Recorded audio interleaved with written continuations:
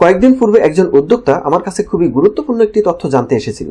তার প্রশ্নটি হচ্ছে, সে হচ্ছে একজন উৎপাদনকারী, তার উৎপাদিত পণ্যটি হচ্ছে জুস আইটেম। তো তার মূল প্রশ্নটি হচ্ছে, যেহেতু জুস আইটেম একটি বিএসটিআই তালিকাভুক্ত পণ্য, সে চাচ্ছে এই বিএসটিআই তালিকাভুক্ত পণ্যটিকে সাময়িকভাবে সে মার্কেটে পরীক্ষা করার জন্য, অর্থাৎ তার এই জুসটি মার্কেটে পছন্দ করে কিনা, মানুষজন খায় কিনা, এটি পরীক্ষা করার জন্য সে বিএসটিআই লাইসেন্স ব্যতীত শুধুমাত্র পরীক্ষা করার জন্যই এই পণ্যটি 2-3 মাসের জন্য সে বাজারজাতকরণ করতে চাচ্ছে, যাতে করে সে বুঝতে পারে তার এই পণ্যটি মার্কেটে কিরকম চলে, এবং যদি পণ্যটি ভালোভাবে চলে সেক্ষেত্রে হয়তো বা সে বিশদ পরিসরে উৎপাদনে যাবে। সুতরাং তার মূল প্রশ্ন হচ্ছে, বিএসটিআই তালিকাভুক্ত এই জুস আইটেমটি বিএসটিআই লাইসেন্স ছাড়া শুধুমাত্র পরীক্ষা করার জন্য মার্কেটে সে বাজারজাতকরণ করতে পারবে কিনা।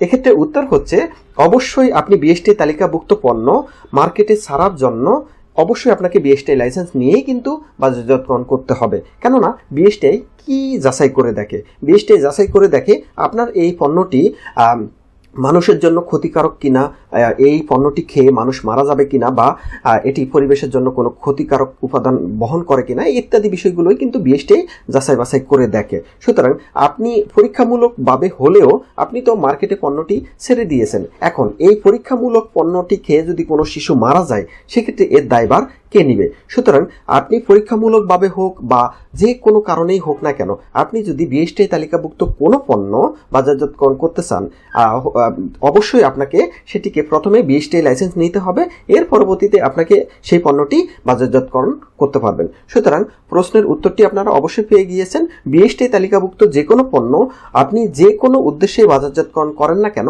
প্রথমে আপনাকে বিএসটিআই লাইসেন্স নিতে হবে, এর পরবর্তীতে আপনাকে সেটি বাজারজাতকরণ করতে হবে। তো এই বিষয় নিয়ে আরও যদি কোনো প্রশ্ন থাকে, সেক্ষেত্রে অবশ্যই আপনারা আমাদেরকে ফোন করতে পারেন। আমাদের ফোন নাম্বার 0188495299। তো সবাই ভালো থাকবেন, সুস্থ থাকবেন। সবাইকে ধন্যবাদ। আল্লাহ হাফেজ।